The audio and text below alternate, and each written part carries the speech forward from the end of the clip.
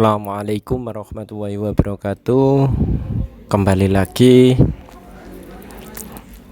di mata kuliah dasar komputer dan pemrograman. Pertemuan kali ini kita akan membahas mengidentifikasi troubleshooting yang ada di sebuah komputer.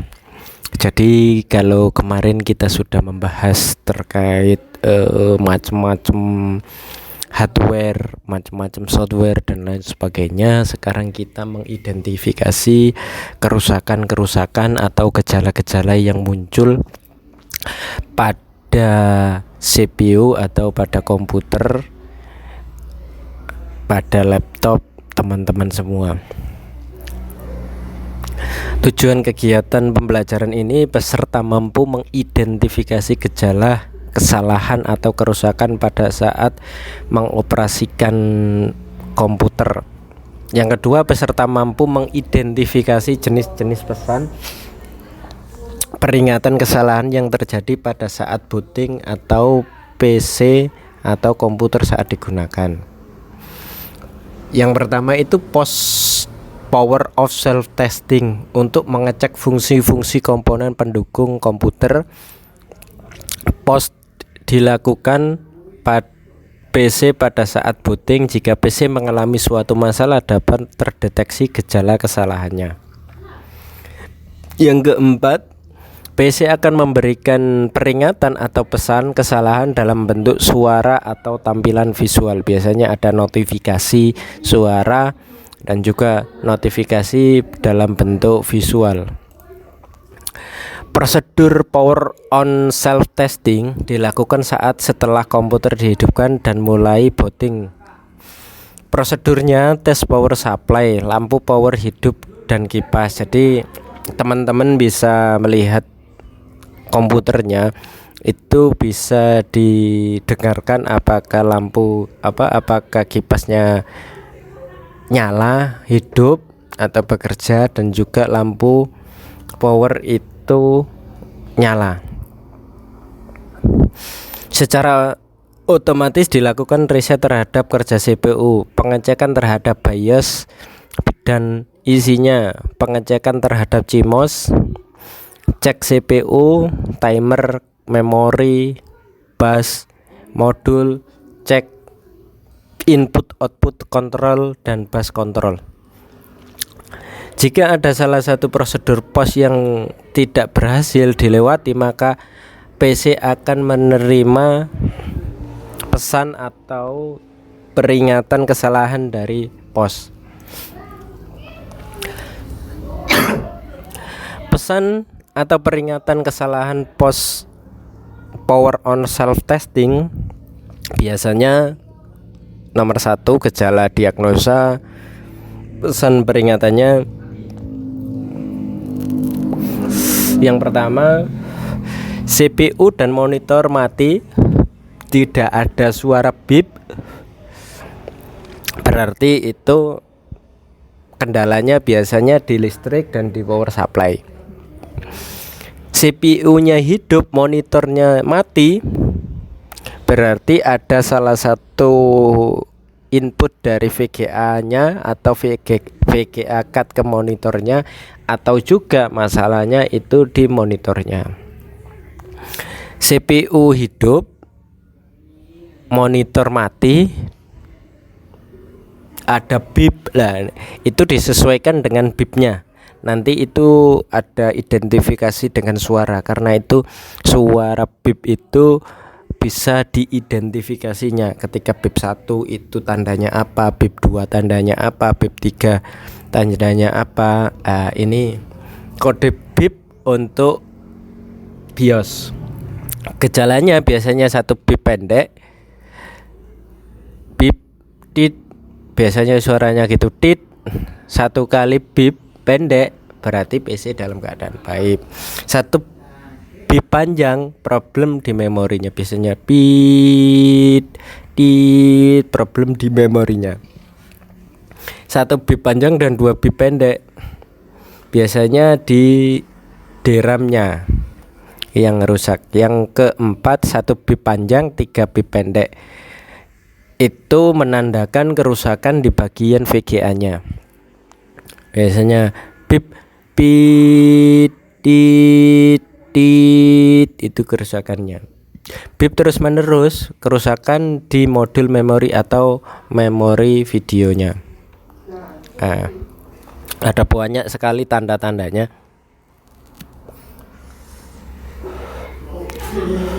Jadi teman-teman nanti bisa menganalisa kerusakannya itu dengan hanya mengidentifikasi dengan suaranya.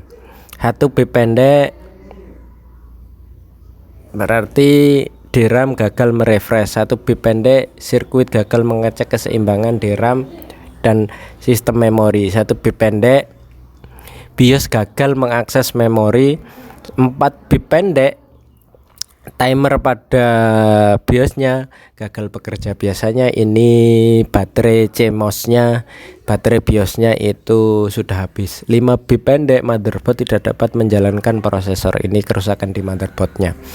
6 bip pendek dan seterusnya itu bisa dibaca sendiri teman-teman di halaman 10.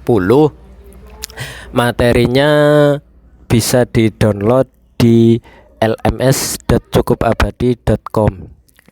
Teman-teman bisa masuk dengan akunnya masing-masing. Di situ ada video tutorial, ada materi-materi yang bisa diunduh dan dipelajari.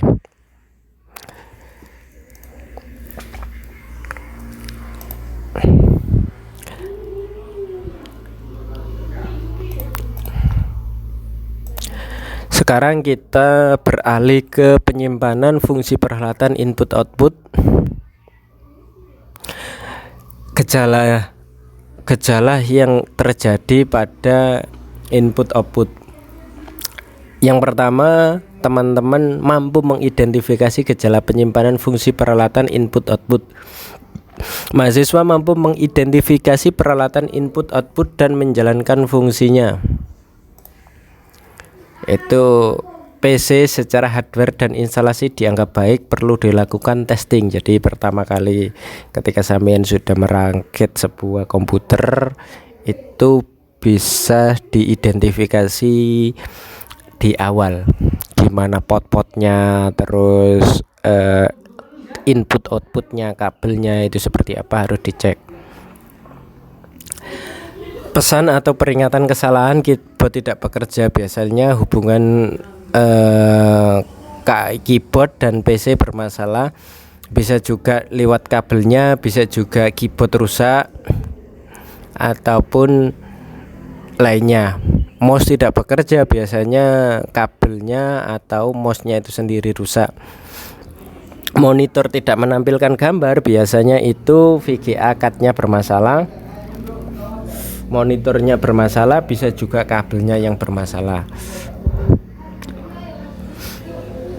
Monitor menampilkan resolusi dan warna tidak optimal, biasanya itu teman-teman harus menginstal software driver untuk VGA-nya, bisa juga VGA-nya yang bermasalah. Printer tidak dapat dilakukan, biasanya itu belum menginstal drivernya untuk software printernya.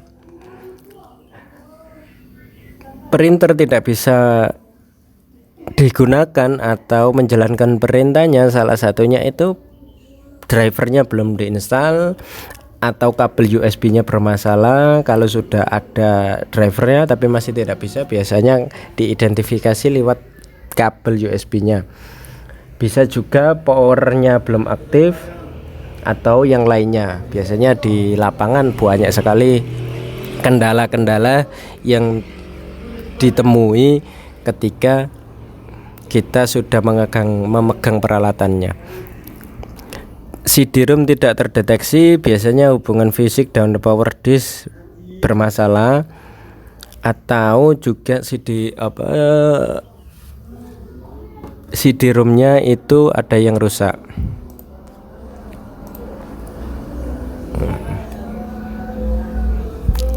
Sekarang kita ke permasalahan CPU, Central Processing Unit.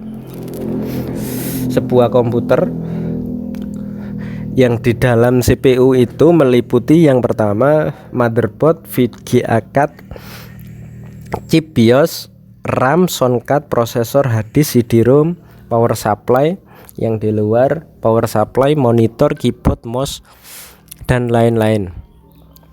Permasalahannya yang pertama biasanya komponen yang rusak, monitor, motherboard, port serial. Itu gejala-gejala yang dialami, kadang-kadang blank, mati, motherboardnya ketika rusak kinerjanya lambat, portnya itu tidak bisa digunakan ketika kita mau nancapkan USB atau printer tidak bisa, itu harus diidentifikasi. Port USB, VGA card, sound card, RAM, prosesor, dan lain sebagainya. Komponen-komponen yang rusak, printer biasanya yang rusak, modem, scanner, dan lain sebagainya.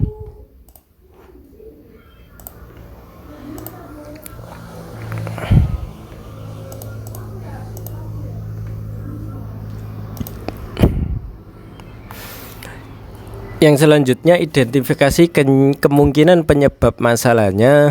Yang pertama itu kita identifikasi hardware-nya, yang kedua kita identifikasi software-nya. Setelah kita identifikasi, kita menentukan permasalahan awal yang terjadi pada sebuah PC kita, atau yang istilah kerennya hipotesanya. Yang pertama, listriknya tidak stabil, atau motherboardnya lembab atau kotor, ada salah satu perangkat yang aus. Biasanya seperti itu. Tampilannya Windows, teman-teman saya kira sudah mengetahuinya semuanya. Saya lewati saja.